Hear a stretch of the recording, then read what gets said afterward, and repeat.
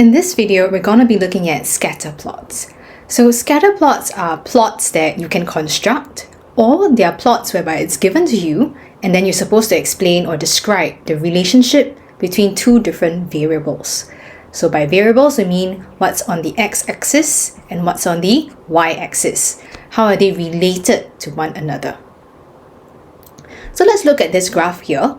This graph tells you the annual cost of traffic congestion per person to society and peak period expressway speed in Texas, United States.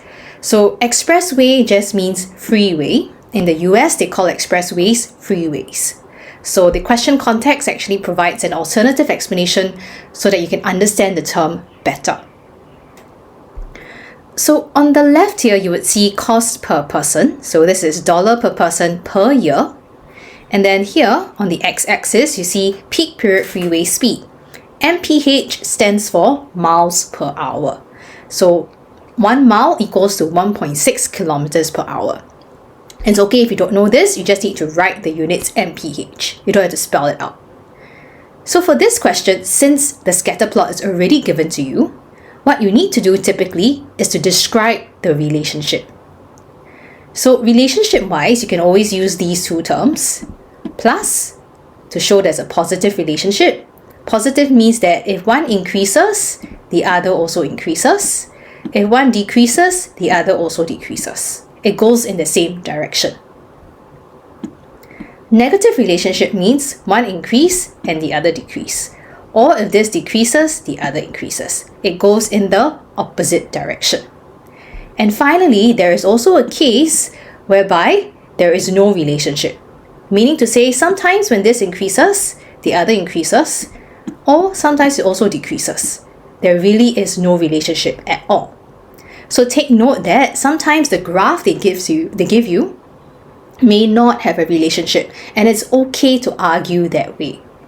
Whatever choice you pick, be it positive, negative, or no relationship, you need to use data in the scatter plot to justify your answer.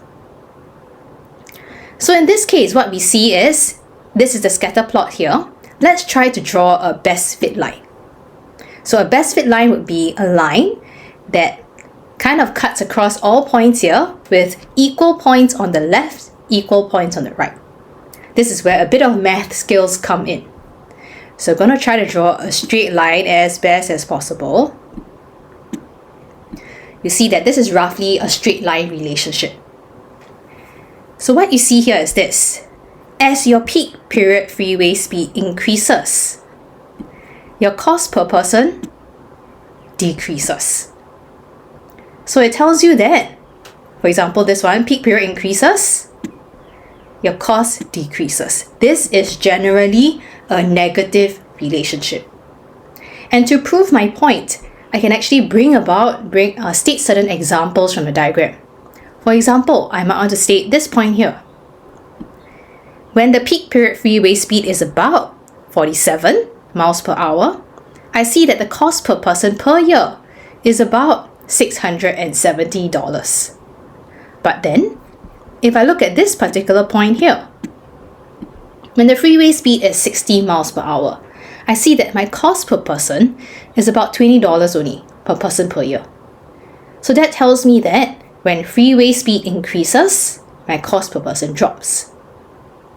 So that is the normal way of supporting your answer, the overall trend or overall pattern that we see. But the thing is that in any answer, you have to try to find an exception to the rule. So what is the exception that we can find here? Let's look at, for example, this point. Very far off the line, this point also, any of these points are possible for you to talk about. So let's say I want to make use of this particular point. I can always say that the same cost per person, I'm going to look at these 2 points, roughly the same cost, it's about $350. But here, this point tells you that the freeway speed is only about 48 miles per hour. For here, the miles per hour is about 55. So for these 2 points, 48 and 55, even though the speeds are different, you realize that the cost per person is the same. So there are exceptions to this particular relationship that you've described. It's just that, for the most part, the points that you see on the diagram reflect a negative relationship. Moving on to the next graph here. This graph is actually a lot more complicated because it shows you 3 data sets. What are the 3? Population size, life expectancy, and GDP per capita of different countries. So life expectancy is the number of years you're expected to live when you were born. So let's say a baby born now, maybe in Singapore, is expected to live up to 80 years old.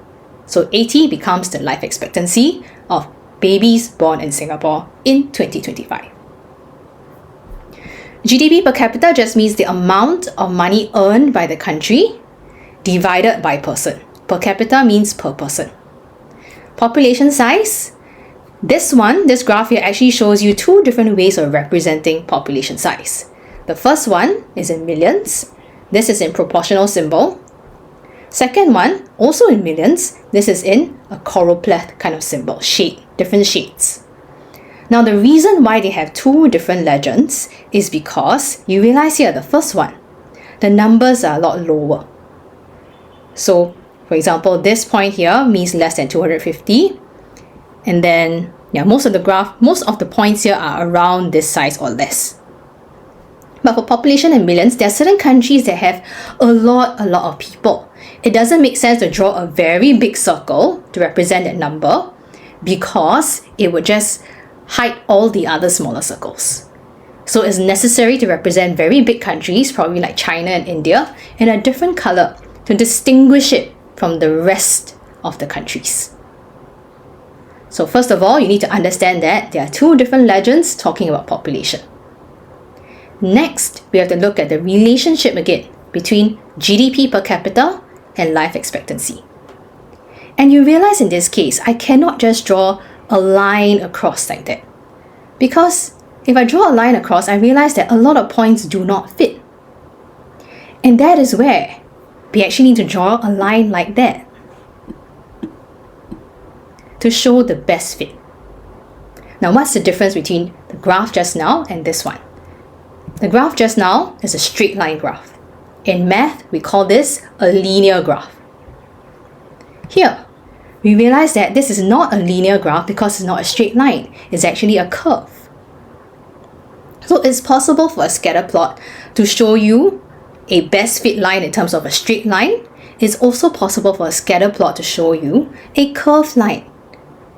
Both are valid. Both are best fit lines in different ways. So for this one, let's see. GDP per capita. Lower GDP, lower life expectancy. Higher GDP, higher life expectancy. So we know that this is a positive relationship because when one increases, the other also increases. Are there exceptions? There are. For example, you see all these points here do not match. So I just need to find this point here, for example, this dot here, and match it with this. For the same life expectancy here, actually one is close to 10,000 GDP per capita, one is close to 0, but they both have life expectancy of about 50. What is another thing we can notice about this? Let me cut this line right about this point. So some of you may ask, is it still a positive relationship? If it's a positive relationship, why is it that above this line, my line is like that? Like almost flattening out. But at the start of it, the increase is so rapid. Now this depends on, or this is affected by the sensitivity of life expectancy to GDP. So what this graph tells you is that maybe from this part here, 0 to about 5,000 GDP per capita. At this point here, 0 to 5,000, if you increase GDP at this point, you realize that your life expectancy can increase a lot. Life expectancy is very sensitive to an increase in GDP from 0 to 5,000. But beyond a certain point, 5,000 onwards, right to 50,000, you see that life expectancy is less sensitive to GDP per capita. So the increase is a lot slower. And if you're asked to explain why this is the case, it's probably because At this point here, there's not many things you can do or not much medical advancement you can have in order to increase a person's life expectancy by that much. We do have people who live past 100 years old, but still not so many. So there's a limit to what medical treatments can do, no matter how advanced technology is, at least for now. So that is why you see, past a certain point of GDP, there's a flattening out of the graph. Versus at the start here, 0 to 5,000, maybe there still is a lot of improvement that they can have in medical technology. So likelihood is that all these countries that exist here with very low GDP may not have medical access. Once they have more money, they have more medical access, and that's why their life expectancy can increase so much. But beyond 5,000, the increase to medical access or the increase to more advanced treatment, not so much difference already. So that is why the flattening out of the curve happens here.